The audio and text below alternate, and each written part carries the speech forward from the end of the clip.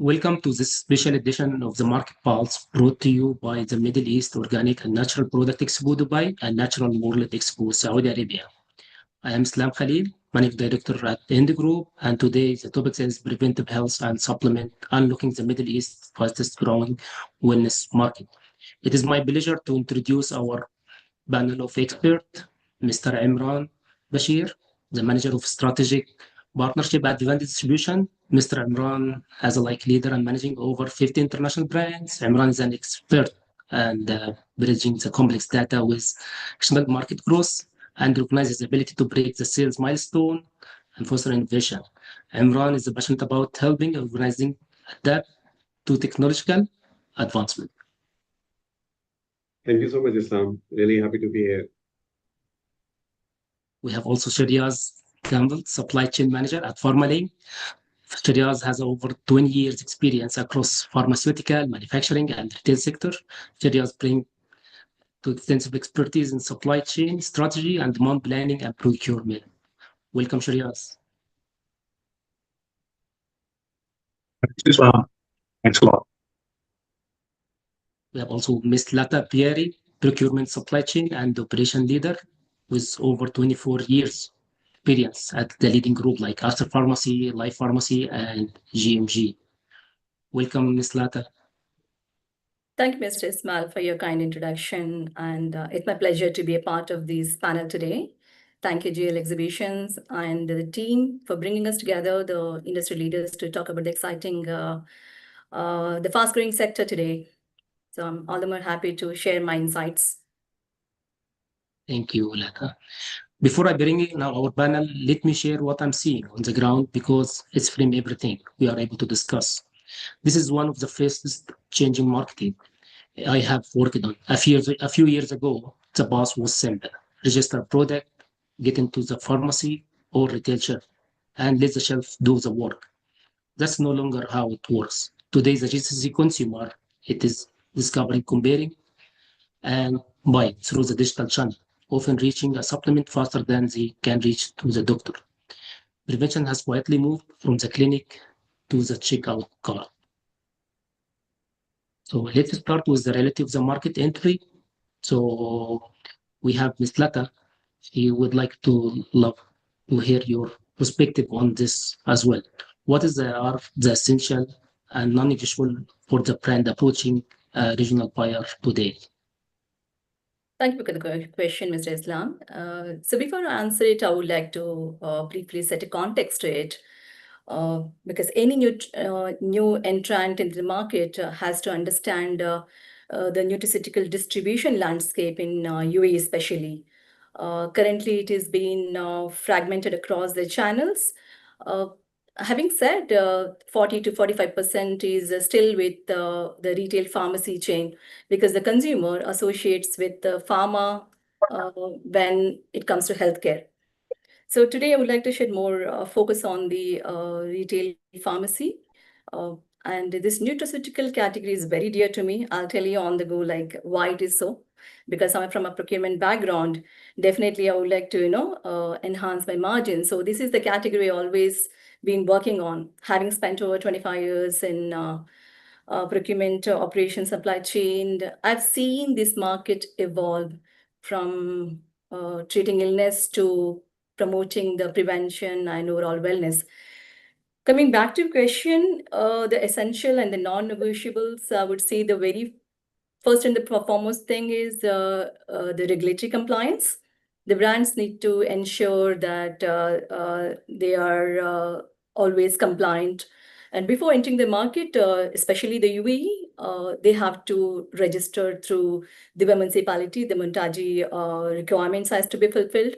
And not to stop there, when they establish the second phase of the launch, I would definitely advise each. Today, I still see the gap. The nutraceutical categories are not expanding to the prescription pattern. The functional supplements always has a scope to get registered through MOH as well, MOHAP. So they have to ensure the approved ingredients and the permitted health claims, Arabic labeling, and halal compliance. So these are mandatory, and every region has its own framework of the regulatory frameworks one has to pass through. So these are very first and primary. So without compliance, there's no conversation. So it is that. Coming to the second important factor, I would say any new brand has to have a strong commercial fundamentals, Mr. Islam. Without having the fundamentals, these fundamentals in place, there'll be no stability.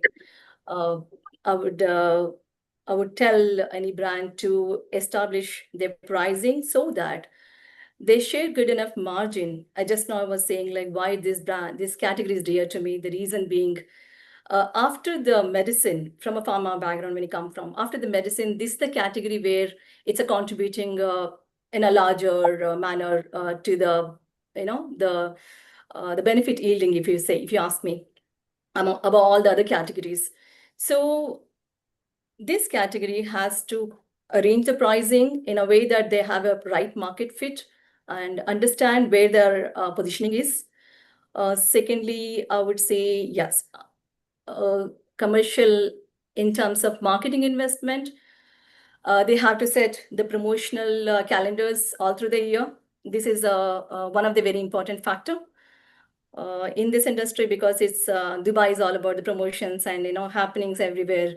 All throughout the 12 months of the year, there are some other promotions goes on. So they should be a part of it, and any retailer would definitely seek, or the brands would be investing in this marketing and the digital promotions as well today. Other thing I would say, a clear product difference. When a buyer asks, why I need to give my shelf space to you, any brand has to have their own value proposition to say that how different your formula is. If you take an example of vitamin C 1 gram, it is a vitamin C 1 gram from any brand, but how different you are, how you're solving the consumer problem is something you have to always carry with your product while bringing it into the market. So then definitely. And one more last thing is understanding your consumer before the buyer. So this is where a big gap I've seen across my stint in all the companies, I would say organizations where I worked for. The gap is never filled, because the brand, when they enter, they try to see where are the buyers, but they don't see the consumers, who are the consumer they're going to consume the products. When these brands understand the retail dynamics and understand the demography of the consumer, the purchasing pattern of the consumer, what happens is they'll be having all the more leverage to negotiate with the buyer. So including these, the healthcare practitioners, whether they can able to create the demand, is something is very crucial. The new brands are missing. So I would say these all are the important factors. Along with this, omnichannel presence today is a necessity. So of course, these are the non-negotiable factors I would consider to, any brand should consider. Thank you, Mr. Ismail. Thank you, Ms. Lata. Really, it is valuable insight. So let's wrap up in very simple points. Is compliancy, price structure, and the sustainability of the growth of the brand. Right. Moving to second question to Mr. Imran, how much does digital and social buzz actually change your category assortment versus traditional demand? Thank you so much, Islam. It's a really interesting question, and it can be looked at multiple perspectives to answer this. If I would look at from a category management perspective, it is easy to say that 70 to 80% of the traditional demand drives the business, whereas 20 to 30% of the business would be driven from digital buzz or social media. Again, it depends on the category, it depends on the generation of the consumer that we are targeting. So a lot of these factors will add into this further. Now, as a distributor, this gets more interesting, because if we rely on traditional sales data alone, then we don't have enough past reference only. But while we are relying on digital buzz, we know what the consumers are looking for right now. So that helps us to go hand in hand together and create the demand. We as a company in Vivandi, we ensure that the brand that we are planning to launch, we create the digital buzz, generate the demand for the brand, and then it is easier for the purchaser or the retailer to make an informed decision in the market. Because as Lata, she mentioned in her part where that the marketing investment is required and the value chain needs to be built very robust. So all this part come together, and this digital buzz together with the traditional data and category performance, it helps to build the brand further. So from our recent experience, like in the last quarter, while the situation is very turbulent, we see that the digital buzz was a very important driver to us, and like running ads on e-commerce, social media, and different things performed very well rather than a different marketing approach. So in terms of that, our product was targeting in terms of Gen Z and Gen Alpha, which easily helped us the shift of assortment of 50 to 60% to these categories. Whereas we also deal in sports supplements. So from that experience, the bulkier products like whey proteins and all those people who like to buy, the millennials and the other generation, they were also impacted by the digital buzz, but not that to that extent. So that is something that is happening. Like to summarize, basically from the modern supply chain perspective, and all of my panelists, co-panelists would like to add something here. Like if we take an example of the Labubu. So as a company, we were fortunate to do some business in that, and our demand supply team was carefully monitoring the trend and then making the purchases according to the requirement of the customers. Now, once this trend goes down, like digital buzz is helping us to understand that if the category is going down or upwards. So that was also something that helped us analyze the trend and then bought this. So that's all I would like to add. And yeah.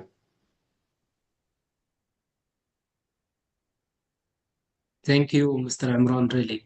Thank you so much. And moving to Mr. Shreyes, how do you handle localization beyond just translation? What is the actual win over the GCC consumer today? Thanks, Islam, for the question. It's a really interesting one. Okay, the true localization, in my view, is about relevance, I would say, and it's not just about the language. Okay, so GCC consumers look for the brands that respect the local culture in terms of advertisement, meet the regulatories and the halal standards. Okay, if any.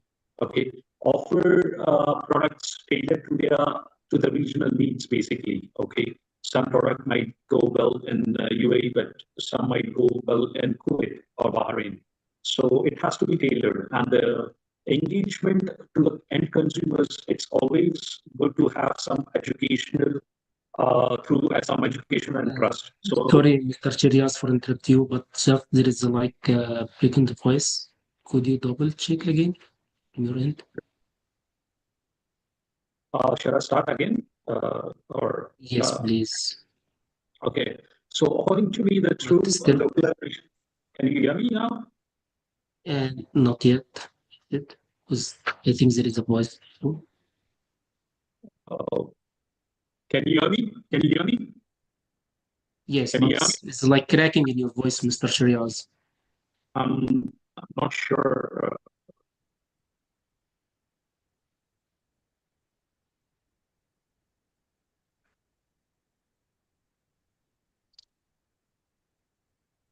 Can you hear me now?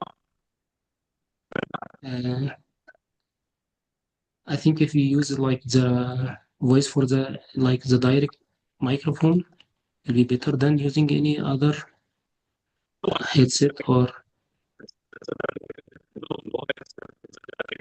okay. Until to fix this issue with Mr. Shreyes, we can move to Miss Lata and ask her another questions like beyond the pricing. What separates one of product from a long-term category partner? Yeah, Mr. Ismail. This one of the supplier, he's having a mindset of, the short-term introduction and the short-term goal to, succeed fast and succeed, in a speed. It doesn't happen. Category building is like a marathon. It's not a stint, So it has to be, it's a long-term partnership, it builds on the primarily three factors. One is the value, what they're offering to the category development, to the buyer, how consistent they are, and how they're sharing the business growth along with their partner. So these are the terms where any new entrant has to focus. Definitely, it is a non-negotiable thing again. Uh, During my experience in, when I was in life pharmacy, I would definitely like to take the name because there are many brands that have come on, and on the shelves. They are sustaining. There are brands phasing out. The reason mainly is, a long-term understanding. So coming to why certain brands phase off and why certain brands are continuing, because the brands who focus on the consumer education and the market feedback once they launch the product, and a consistent marketing support to the retailer is what makes them to continue. Because at the end of the day, the category yielding to the procurement of the organizations is very crucial from this category, which is a major contributor. As I earlier mentioned, it's a category where everybody would like to know what's happening right from top down.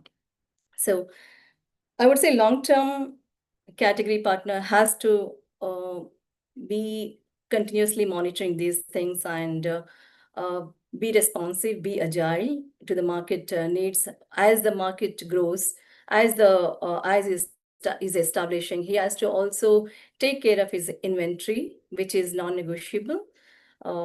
His inventory, he has to take care in one way, is that he should not launch all of his products everywhere. He need to be understanding out of his 20 assortments, which is the area where I can launch my 5 flagship products and how I can grow. For that, he need to be continuously educating the pharmacist, who are the main contributors. Today, a pharmacist can make or break a brand. It's that important. So a healthcare practitioner prescription is an additional thing, but again, when it comes to the advice and recommendations, definitely consumer would seek pharmacist advice. So be with the pharmacist right from beginning till the end, till you're existing in this market. The platform, this channel is, you cannot leave. So despite your presence is there in online markets or even e-commerce, q-commerce, or modern trade, or wellness stores, your sale is initially coming from, they are the other convenience channels, but it is coming right from the pharmacist advice. And of course, there are digital bazaars, Mr. Imran said, but having the long-term plan in the mind is like, it's a marathon, as I said, at least 12 to 24 months, what they have to think through investing in the market and going with the flow and understanding the market well. And as you say, UAE is somewhere focusing on launching the platforms of longevity and wellness ahead. Coming in these categories, that bringing the products in this wellness categories definitely are going to have the booming ahead of the days. So definitely the long term is some where the partner should understand and value and continue to grow ahead with the existing retail partnerships. That's what Thank you, from my end. Lata. Yes, thank you so much. Back to Mr. Shreyes. So we like from your perspective, Mr. Shreyes, how do you handle localization beyond the translation? What actually win over the GCC consumer? Yeah. I hope and we could not. Yeah. You Uh, can you Still hear me? voice is cracking, or still voice is cracking. So if you It's can join from other device, will be good also.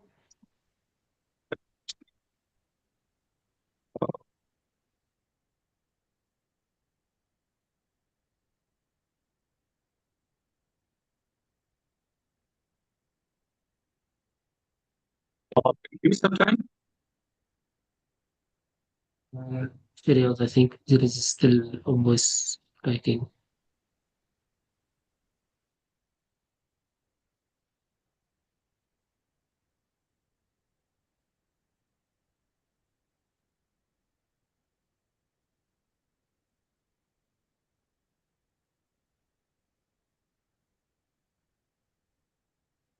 Back to Mr. Imran. So, how is the consumer data from digital channels changing your replenishment and demand planning? Thank you. Thank you so much. You have all the tricky questions for me, I think. So yeah, this is again a very good question. And in terms of like the consumer data, or you can say the data that is available today as a distributor or as a brand owner, it's massive. And when it comes to answer it in one line, previously we used to rely just on the sell-in data to the retailers. But today we have e-commerce and instant real-time sell-out data that has been a game changer. And like it is easier for us to evaluate if the digital buzz that we were talking about, the marketing or performance marketing that we are doing, how easy or how well it is performing. So those kind of data points have definitely helped us grow this better. But what is more crucial for us and what we use as a data-driven company is more about what is the consumer actually talking about your brand and what kind of feedback are you getting in terms of reviews, in terms of rating. Like we solved a problem where we had more number of returns happening to a particular product, and the consumer keep on reviewing that the bottle is leaking, and it was a simple packaging issue that we just needed to add a seal on top of the bottle. So during shipment, the bottle doesn't leak. And those kind of things help us to reduce the return rate. Whereas knowing which area of the business or which area of the Emirates or different countries your brand is performing, which SKU is performing. So we kind of track these information and help to replenish the right stocks, move stocks in the right dark stores that can help us to increase the business. So data points have, if I have to summarize, I would say that before we were more of a demand forecast approach, but today we are more into demand sensing approach. Like if I look at it in this,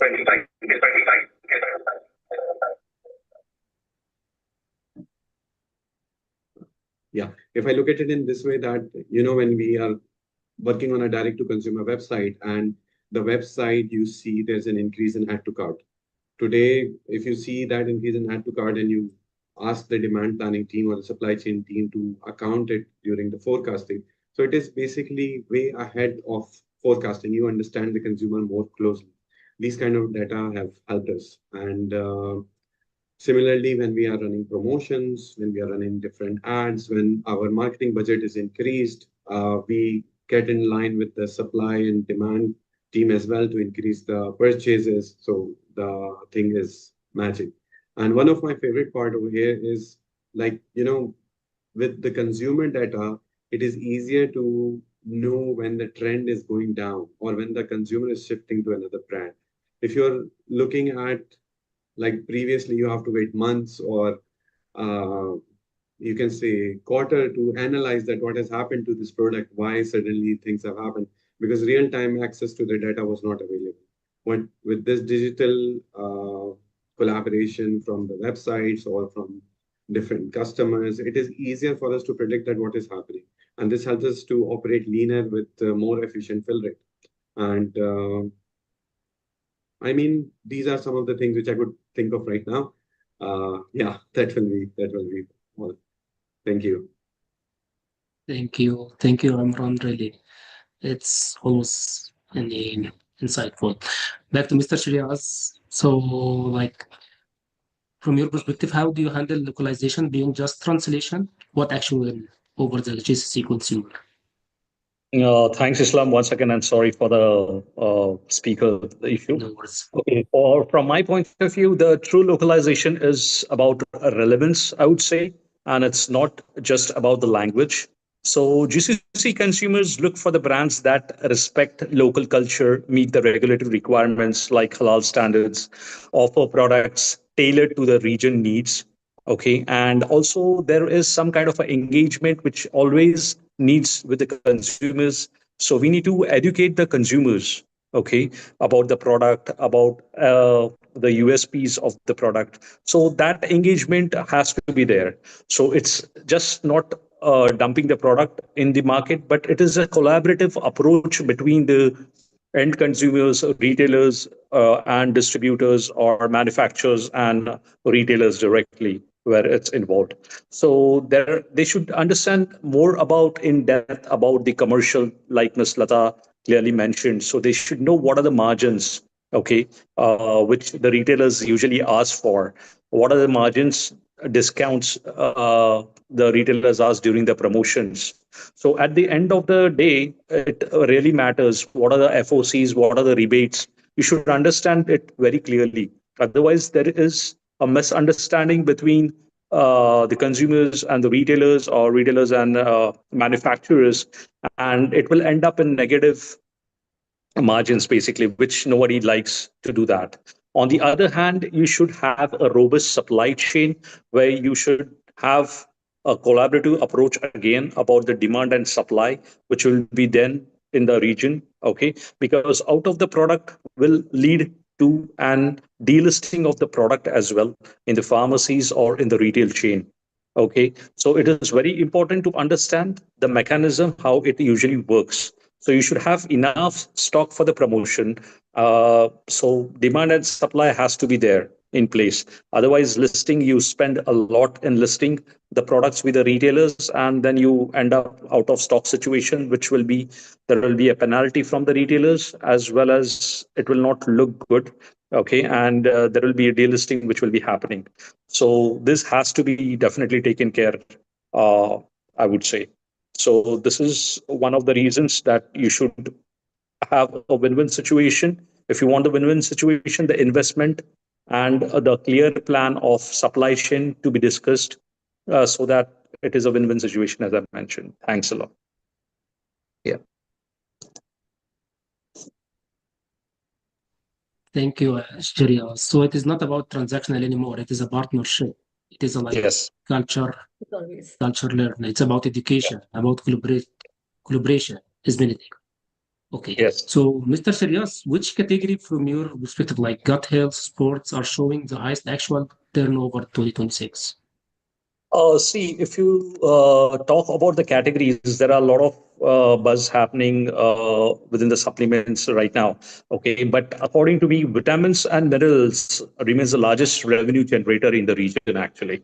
Okay, so particularly vitamin D and vitamin C, magnesium and multivitamins for men and women, and even for the kids, are driven by the widespread nutritional deficiency and preventive health awareness.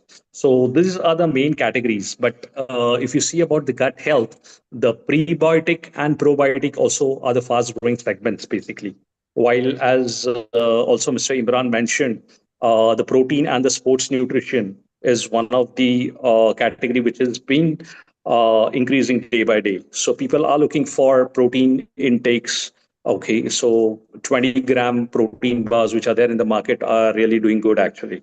Okay, so we see growth in these categories also, and there is seeing a strong momentum in immunity and healthy aging, collagen and beauty, and stress management supplements as well.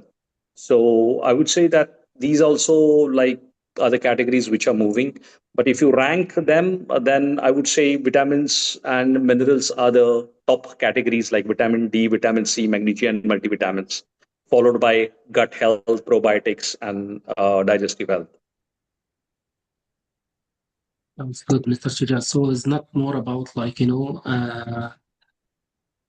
suggested from the pharmacist. It's about like, changing like, the demand of the consumer as well. Is like becoming more aware about the Yes, product, what they can take it in daily routine and all of that. To exactly. wrap up, yes, I would like to ask each of you one piece of advice. What is the single most important recommendation for a brand owner planning to scale in the Middle East? Miss Lata. please. Yes, Islam, sorry. So I think you want to wrap up, but there's a lot to say, and because of time constraint, I think we can't discuss much on it. Having said my last piece of advice, entering this GCC market with a paced and focused approach, not just launch with a biggest retail chain and end up landing somewhere in a corner of their 100 brands out of 100 brands. Rather than that, you choose a retail chain or even individual pharmacy for that matter, a location where that it's a premium visibility is there, and you know that you're going to perform well in a individual pharmacy. Also, please don't leave that particular because that's the place where you're going to hook into this ground, and then expand the category, expand the channels, expand even reaching to the bigger platforms, or having more number of outlets. But yeah, start slow and start, go with a strategic approach of, launching small and, scaling well. So again, be consistent and ensure that, at the end of the day, your supplements are effective and efficient, because that's what, increases the trust of the consumer, and eventually a retailer will be able to perform well. And end of the day, the brand as well. That's what my advice would be. Thank you, Lata. Mr. Imran. Okay, I agree to what Lata said, and definitely a good supply chain, a good investment value chain needs to be built and needs to be discussed in advance. It is not advisable to just the product on the shelf and then like get lost in the crowd. So ideally, like as a we should look for partnership models where the brand and the distributor or the retailer work hand in hand and grow the brand and make this performance in the category. All the categories which Shreyas mentioned, they are definitely performing well, and there is a huge demand in the market. More new entrants are coming. If you look at the Dubai municipality data, the number of supplements registered in the last 3 years is tremendous, and more brands have entered in the market. With the limitation of localization and claims that these brands have, this is something very important which was highlighted during this conference, that it is the product should be made for like the GCC and the UAE. Halal certification is something very important, and apart from that, having a product with a unique offering, that is very important. Like in this you can say crowded market of supplements, and consumers have multiple choices, so the brands which can create that addition of value together with more offering to the consumer, like I've been working in pharmacy before as well, and before most of the brands they were like single ingredient brands. You will sell vitamin C, you will sell vitamin D, and whereas different markets, they have combination of products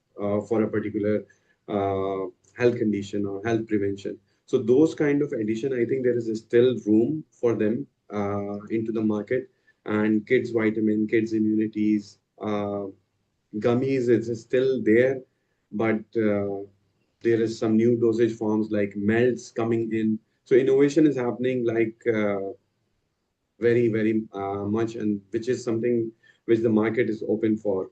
And last thing I would like to add is any product that can be more clean as a label and more you can say simple for the consumer to understand, that will be easy hit for the consumer. And the new generation, they look for more eco-friendly, cleaner labels, green products, and those kind of things, those kind of initiatives would definitely go well in the GCC coming forward. Thank you, Imran. Mr. Shreyes. Yes, Mr. Islam. So, According to me, treat the Middle East as a strategic market and not just an export destination, I would say. Okay, understand the consumers, respect the local regulations, the culture, and invest in the brand actually. Okay, and be prepared to support the retail partners not only during the first purchase order or not only during the activation, I would say. Okay, buyers don't just look for great products, but they look for the partners who can grow the categories and drive value consistently. So so you should be engaging with the retailers or the partners on regular basis, being the forecast, supply chain, marketing activities, or even the value chain, what they have built, or on the commercial part of it. So there should be a consistent engagement which is required and that is expected from the retailers or the consumer's point of view. So once that engagement is there, definitely the success will be there. So please be engaged with the retailers, your partners on supply chain part, logistic part, pricing, promotion, brand activation. So that's where the success lies. And invest. Okay, the market is tough. Okay, it's not cheap. That you should understand. It's so you need to invest because there cannot be from investment only from one side. So there should be a investment from both the side for the brand success. Thanks. Thank you, Shreyes. Back to Mr. Imran. From your perspective on digital, and you manage multiple countries in Middle East, which country is showing the most momentum, or which country is the top partner in GCC in terms of supplement and nutritional product?